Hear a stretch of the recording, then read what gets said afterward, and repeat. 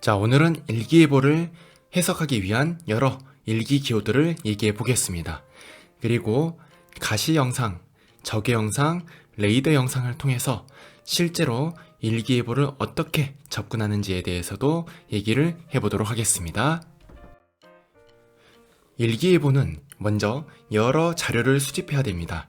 그래서 지상에서 백엽상 등을 통해서 일반적인 기상을 관측하고, 라디오 존대 등을 통해서 고층에 있는 기상을 관측하고, 위성을 통해서 관측, 항공 비행기를 통해서 관측, 레이더나 배를 통해서 관측한 여러 자료들을 모으게 됩니다. 공기라는 것, 구름이라는 것은 움직이기 때문에 한 지점에서의 상태도 중요하지만 그 주변에 있던 모든 상황, 바다나 육지, 상공의 상황들까지도 모두 고려를 해야 되기 때문에 여기에 따른 정보들을 수집하는 것은 먼저 이루어져야 될 일들입니다. 자, 그리고 나서 이것을 분석합니다. 너무나도 많은 자료가 있기 때문에 이 분석은 사람이 하기 어렵습니다. 그래서 기상청 내에 있는 컴퓨터를 가지고 분석하지요. 기상청 내의 컴퓨터의 성능이 좋으면 좋을수록 더욱 좋은 결과가 나올 수 있겠죠. 그리고 급변하는 예보의 상황에 맞추어서 빠른 결과를 도출해낼 수도 있을 것입니다. 세계적으로 가장 유명한이라 하긴 좀 그렇고, 가장 좋은 컴퓨터는 현재 중국에 있습니다. 우리나라의 컴퓨터 가장 좋은 컴퓨터는 세계에서 100위권 밖이라고 알고 있어요. 이것도 관련 사이트에서 검색해 보시면 탑 500이란 사이트가 있어요. 그러면 어디 컴퓨터가 좋은지, 우리나라는 랭킹 몇 위 정도 되는지, 이런 것들을 알 수가 있을 겁니다. 자, 그렇게 분석된 자료를 가지고 그대로 예보하는 것은 아닙니다. 바로 주무관, 사무관, 예보관 등을 통해서 협의를 이루어지게 됩니다. 아마 이것은 최근에 드라마에서 본 적이 있을 겁니다. 그래서 같은 데이터라 하더라도 앞으로의 상황을 경험적으로 예측하는 일이 남아 있습니다. 그리고 이견이 있으면 이견을 조율하는 과정에서 실제로 어떤 피해가 예상되는지까지도 그 협의를 통해서 도출해 내게 됩니다. 그리고 난 다음에 이제 여러분들이 보시는 기상캐스터 등을 통해서 또는 홈페이지 등을 통해서 예보를 하게 됩니다. 바로 이러한 과정이 날마다 매 시각마다 일어나기 때문에 일기예보는 여러분들에게 실시간으로 전달될 수 있는 것입니다. 일기예보를 하기 위해서 지도에 일기도를 그려야 되는데요. 일기도는 등압선을 표기함으로써 시작이 됩니다. 등압선은 1000헥토파스칼을 기준으로 4간격으로 그림을 그립니다. 보통 일기도는 말이지요. 그래서 1000, 1004, 1008, 1012 또는 1996, 992, 988 이렇게 4헥토파스칼 간격으로 그림이 그려집니다. 우리나라만 집중적으로 나와 있는 일기도를 국지일기도라고 하는데요. 여기에서는 2 또는 1헥토파스칼 간격으로도 그림을 그릴 수 있습니다. 하지만 동아시아 지역에 나와 있는 일반적인 일기도는 1000을 기준으로 4간격으로 그린다라고 생각하시면 되겠습니다. 이 중에서도 고기압적은 고라고 써놓거나 H, 하이로 표시합니다.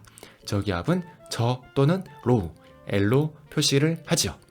그리고 관측한 지점은 동그라미로 표시를 해서 이 지점에서 관측한 결과다라는 것을 나타내게 됩니다. 자, 왼쪽에 있는 것이 일기도인데요.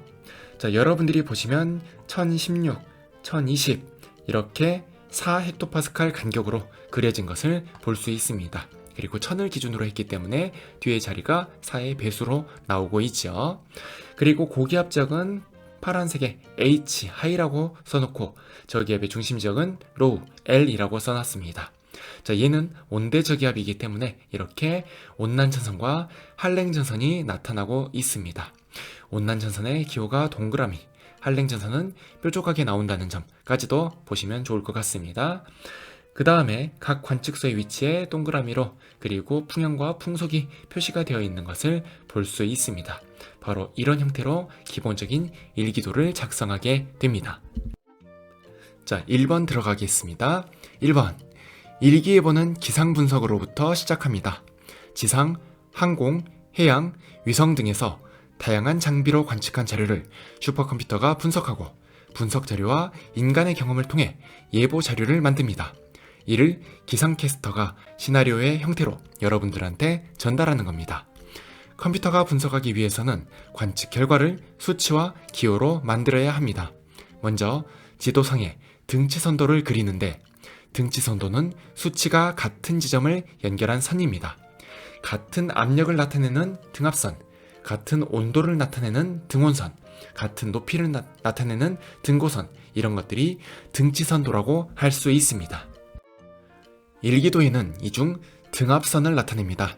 압력이 같은 지점을 연결한 선이지요. 자, 이것은 1000헥토파스칼을 기준으로 합니다. 간격은 아까 말했듯이 4헥토파스칼 간격이지요.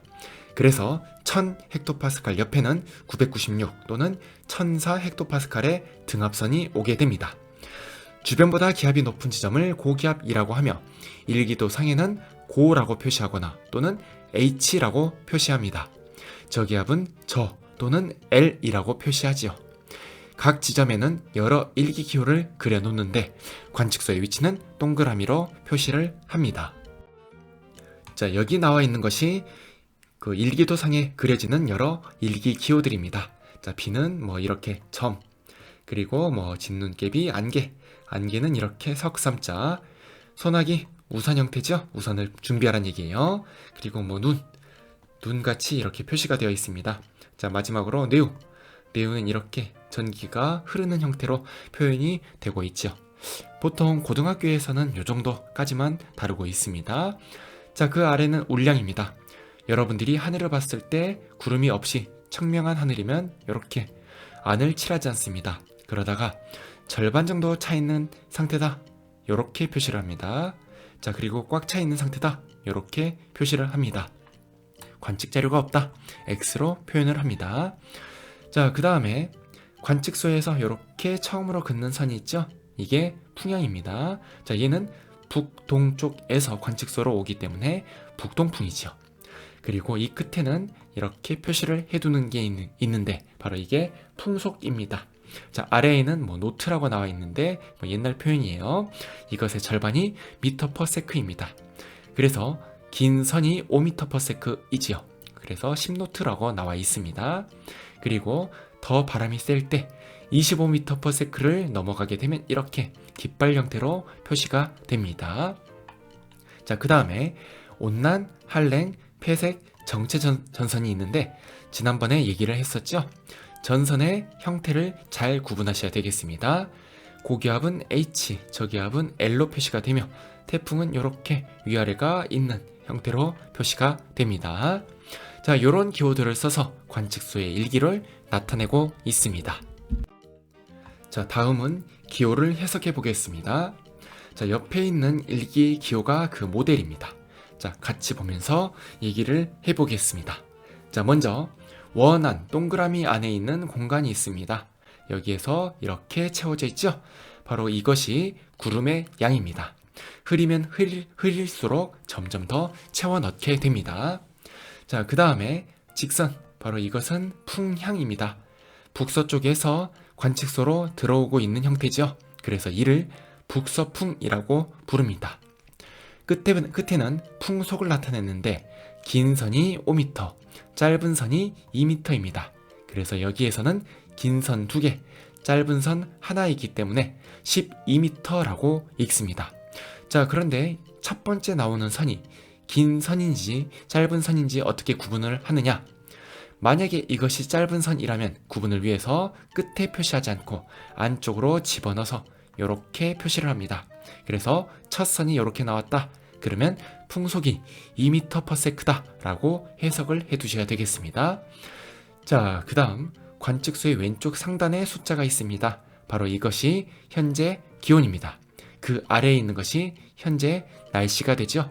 비가 내리고 있다 라는 뜻입니다. 관측소의 오른쪽에 있는 숫자가 바로 해면기압입니다. 해면기압이라는 것은 관측한 기압을 바다, 그러니까 높이 0m로 보정을 해놓은 기압이라 할 수 있습니다. 바로 우리는 해면기압을 통해서 고기압인지 저기압인지를 판단하죠. 그렇지 않으면 산에 있는 지역 모두가 다 저기압이 될 테니까요. 자, 해면기압은 이렇게 읽습니다. 284라고 되어 있는데요. 소수점이 아니라 이르자리 옆에 점을 찍어 둡니다. 그러면 28.4라고 되지요. 28.4는 928.4일 수도 있고 1028.4일 수도 있습니다. 이것은 1000을 기준으로 합니다. 1000 헥토파스칼을 기준으로 해서 928.4, 1028.4 중에 가까운 쪽을 읽습니다. 그래서 얘는 1028.4 헥토파스칼이라고 읽어주어야 됩니다. 다른 것들은 어렵지 않지만 해면 기압을 읽을 때 여러분들이 헷갈릴 수 있습니다. 그래서 연습을 해보시기 바랍니다. 자, 2번입니다. 동그란 원 안의 공간은 구름의 양을 의미합니다. 그래서 맑은 날은 비워두고 흐린 날은 모두 채워넣습니다. 동그라미를 이은 직선은 풍향을 나타내며 끝부분에서 관측소 쪽으로 읽어줍니다. 가령 11시 방향에서 동그라미로 연결된 선, 그러니까 여러분들이 봤을 때 자, 요렇게 동그라미 관측소가 있으면 요렇게 선이 있었다. 그럼 얘는 북서풍이 분다 라고 해석을 해 주어야 됩니다. 풍향선의 끝부분에는 반시계 방향 120도 각도의 선이 표시되는데 이것이 풍속입니다. 풍속은 긴 막대가 5m/s, 짧은 막대가 2m/s입니다. 그래서 12m/s의 바람이 분다면 긴 막대 2개, 짧은 막대 1개로 표시합니다. 만약 2m/s의 바람이 분다면 풍향 끝부분에서 약간 안쪽에 짧은 막대로 표시합니다. 동그라미 왼쪽에 있는 숫자는 기온입니다. 보이는 그대로 읽어주면 됩니다. 그림에서 18도입니다. 동그라미의 오른쪽에 있는 숫자는 해면 기압인데 주의해서 읽어야 합니다. 먼저 이르자리 옆에 소수점을 찍어줍니다. 그림에서는 28.4가 되겠네요. 그리고 배그자리 숫자를 붙여주는데 928.4 또는 1028.4 헥토파스칼일 것입니다. 이 중 1000 헥토파스칼을 기준으로 가까운 쪽으로 읽어줍니다. 그러므로 그림의 해면 기압은 1028.4 헥토파스칼입니다. 같은 방식으로 964라는 숫자가 있다면 이것을 해석해 보게 되면 96.4가 되고 1000 근처를 읽어주게 되니까 바로 996.4 헥토파스칼이 됩니다. 자, 이번엔 위성 영상을 해석해 보겠습니다. 크게 가시 영상과 적외 영상을 해석하는데요. 가시 영상은 태양빛을 반사된 것을 보고 영상을 해석합니다. 그래서 반사가 많은지 반사가 적은지를 가지고 구름의 두께를 판단하지요. 만약 구름의 두께가 두껍다면 더 많은 태양빛을 반사하게 됩니다. 그래서 가시 영상에서는 밝은 빛으로, 빛이 아니라 밝게 나오게 됩니다.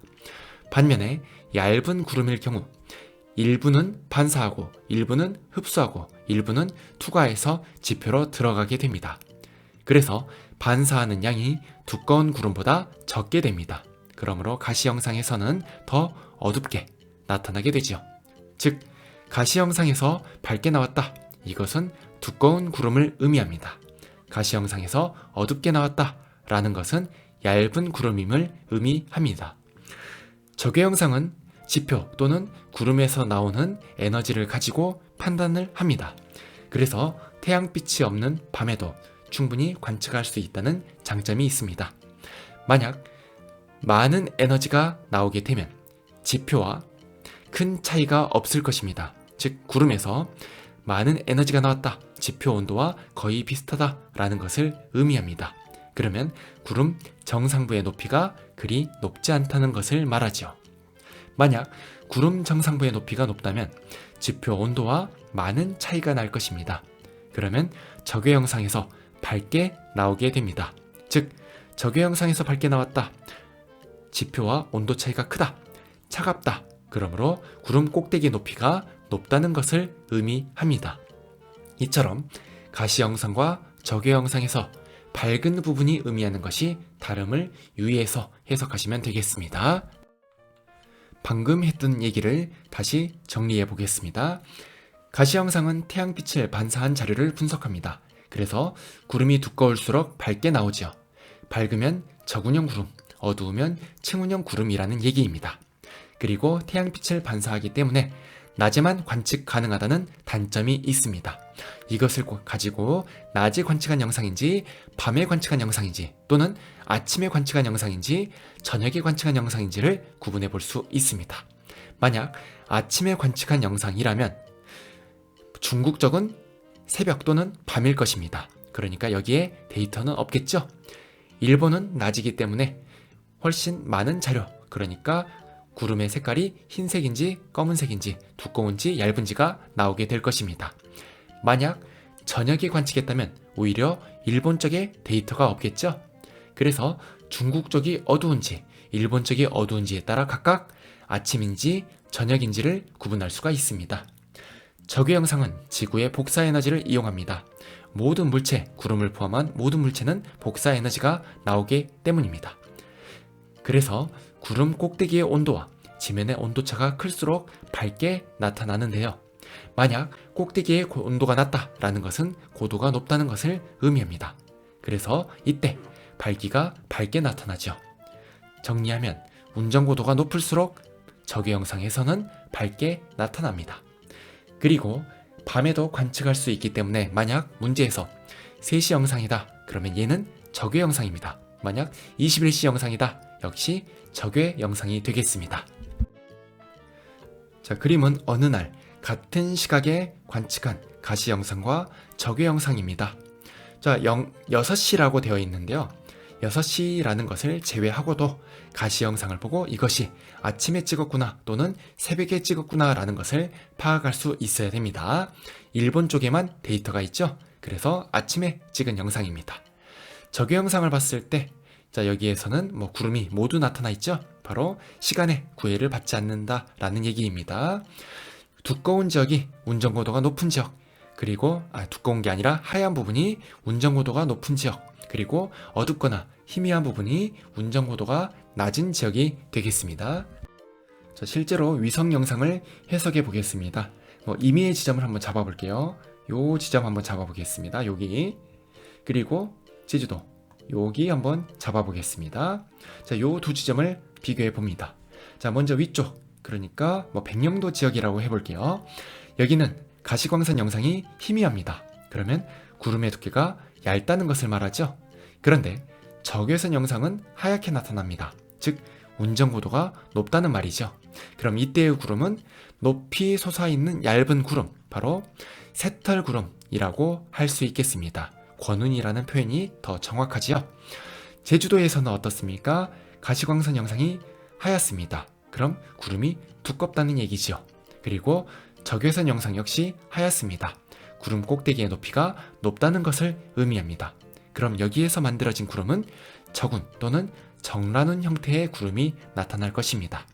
그러면 백령도 지역과 제주도 지역을 비교해 봤을 때 비가 내릴 가능성이 높은 지역은 제주도 지역입니다. 바로 이것이 레이더 영상에서 강수 영역으로 나타나고 있습니다. 이렇게 가시 영상, 적외선 영상을 보고 강수 가능성이 높은 지역을 예측해 볼 수 있겠습니다. 자, 이건 역시 위성 영상을 해석해 보는 것입니다. A, B, C 지역이 있죠? A 지역부터 가보겠습니다. A 지역은 적외 영상이 밝고 가시광선 영상이 희미합니다.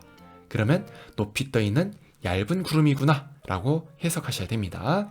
자, B는 적외선 영상이 희미하고 가시광선 영상이 밝습니다. 그러면 얘는 두꺼운 구름이지만 운전고도가 발달하지 않았구나, 그러니까 조그맣게 있는 저군형 구름이구나 라고 판단하시면 되겠습니다. C지역은 적외 영상도 가시광선 영상도 밝습니다. 그럼 얘는 구름이 두껍게 발달하고 운전고도가 높구나 라고 해석하셔야 됩니다. 그러면 A, B, C 지점 중에서 가장 많은 비가 내리는 지점은 C라고 예측할 수 있겠습니다. 자, 3번입니다. 기상위성을 통해 지구상의 넓은 지역을 관측할 수 있습니다. 지구에서 나오거나 반사되는 가시광선, 적외선과 같은 복사에너지를 관측하면 구름의 분포, 이동을 알 수 있고 지표와 해수면의 온도까지도 파악할 수 있습니다. 가시광선 영상은 태양빛을 지표나 구름이 반사한 것을 분석하는 것으로 구름의 경우 그 두께를 알 수 있습니다. 가시광선 관측 결과가 밝게 나왔다면 이 지역의 구름은 두껍다고 할 수 있습니다. 적운 계열의 구름이지요. 만약에 어둡다 또는 희미하다면 얇은 구름으로 층운형 구름입니다.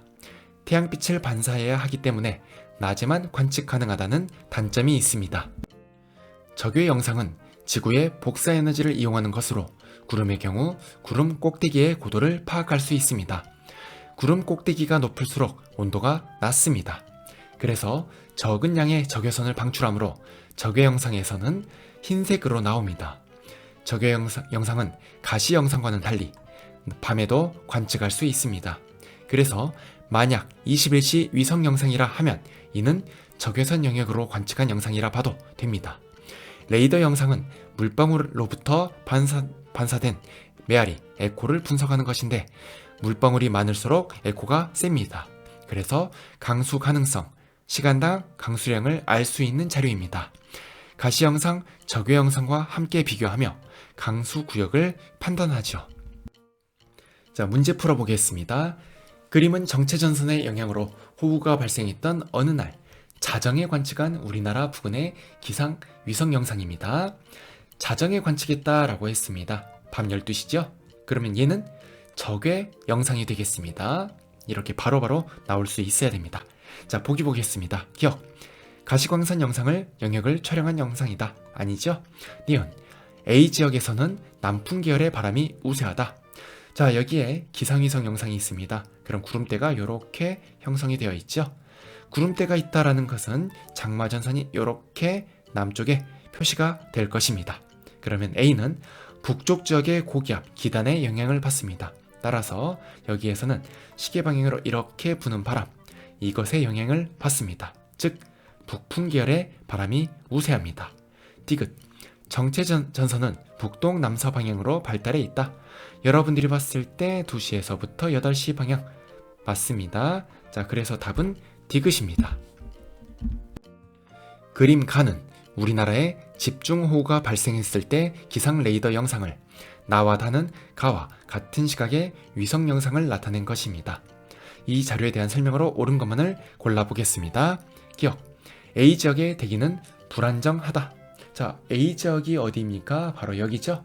자, 여기를 봤더니 가시 영상도 하얗고 적외 영상도 하얗습니다. 그럼 정라눈이 발달되어 있을 것입니다.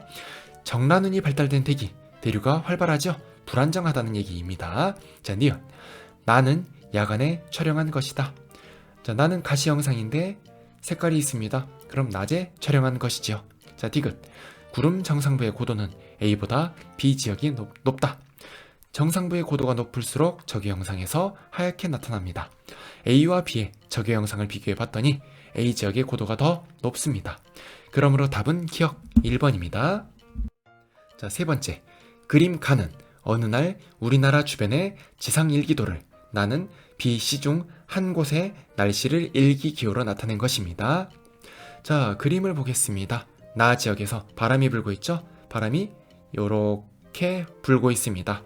남서쪽에서 불고 있습니다. 그러므로 남서풍입니다. 그러면 가에서는 남서풍이 부는죠. 바로 두 전선의 사이 온난역이라 할 수 있죠. 그래서 C 지역을 관측한 자료가 되겠습니다. 자, 보기 보겠습니다. 기억. A에는 하강 기류가 나타난다. 자, A는 기압 변화를 보니까 고기압이죠. 그래서 하강 기류가 나타납니다. 자, 니은. 기온은 B가 C보다 높다. B는 한랭 전선의 뒤편입니다. 자, 한랭 전선이 통과하면 기온이 낮아진다 라고 했었죠.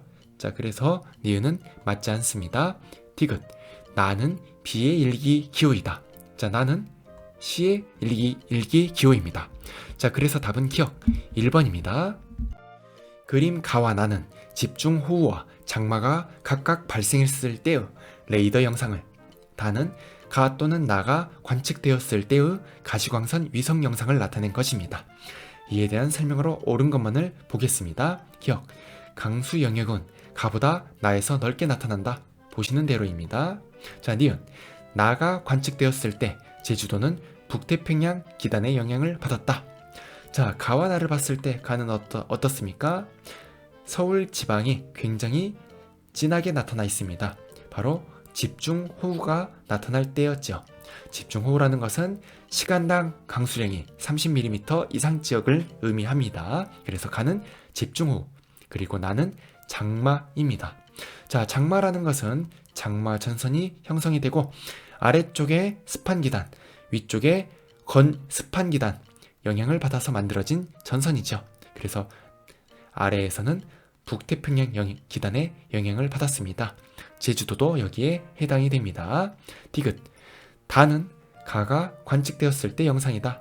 자, 가시광선 영상이죠? 근데 서울 지역만 하얗습니다. 두꺼운 구름이 발달되어 있죠? 그러므로 가의 위성 영상입니다. 답은 5번입니다. 그림 가는 서로 다른 시기에 우리나라에 영향을 준 태풍 A와 B의 이동 경로를 나는 A 또는 B의 영향을 받은 시기에 촬영한 적외선 영상을 나타낸 것입니다. 자, 이에 대한 설명으로 옳은 것을 골라보겠습니다. 기억. A는 육지를 지나는 동안 중심기압이 지속적으로 낮아졌다. A를 지나면서 소멸이 되었습니다. 소멸이 되었다. 태풍의 세력이 약해졌다. 태풍이 약해졌다는 것은 중심기압이 높아졌다는 것을 의미합니다. 니은.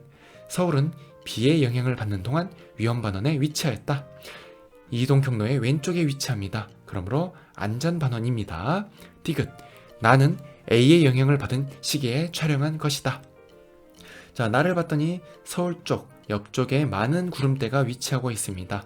그러므로 이는 A의 영향을 받았을 때 촬영한 것입니다. 답은 2번. 자, 다음. 그림 가는 어느 날 21시에 일기도이고 나는 같은 시각의 위성 영상입니다. 이에 대한 옳은 설명만을 골라보겠습니다. 기억. 온대 저기압이 통과하는 동안 B 지점에서 바람의 방향은 시계 방향으로 변한다. 자, B는 온대 저기압의 남쪽에 위치한 관측소입니다. 그러므로 전선의 영향을 받지요. 그러면 남동, 남서, 북서풍으로 그 풍향이 시계 방향으로 변하게 됩니다. 자, 맞습니다. 니은. 지표면 부근의 기온은 A 지점이 B 지점보다 높다. A의 지표에는 찬 공기, B의 지표에는 따뜻한 공기가 있습니다. 따라서 A가 기온이 낮습니다. 니은. 구름 최상부의 높이는 기억보다 니은에서 높다. 자, 21시의 일기도입니다.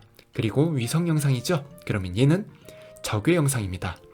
적외 영상에서 밝다라는 것은 구름 최상부의 높이가 높다는 것을 의미하지요. 기억과 니은을 봤을 때 기억이 더 밝습니다. 그러므로 최상부의 높이는 기억이 니은보다 높습니다. 자, 그래서 답은 기억 1번입니다. 자, 여기까지 해서 위성 영상 해석하는 방법 알아보았습니다. 일기도와 굉장히 많이 결합돼서 나오고 여러분들의 해석을 요구하는 파트입니다. 많은 문제를 풀어봄으로써 여기에 대비하시기 바랍니다. 오늘도 수고하셨습니다.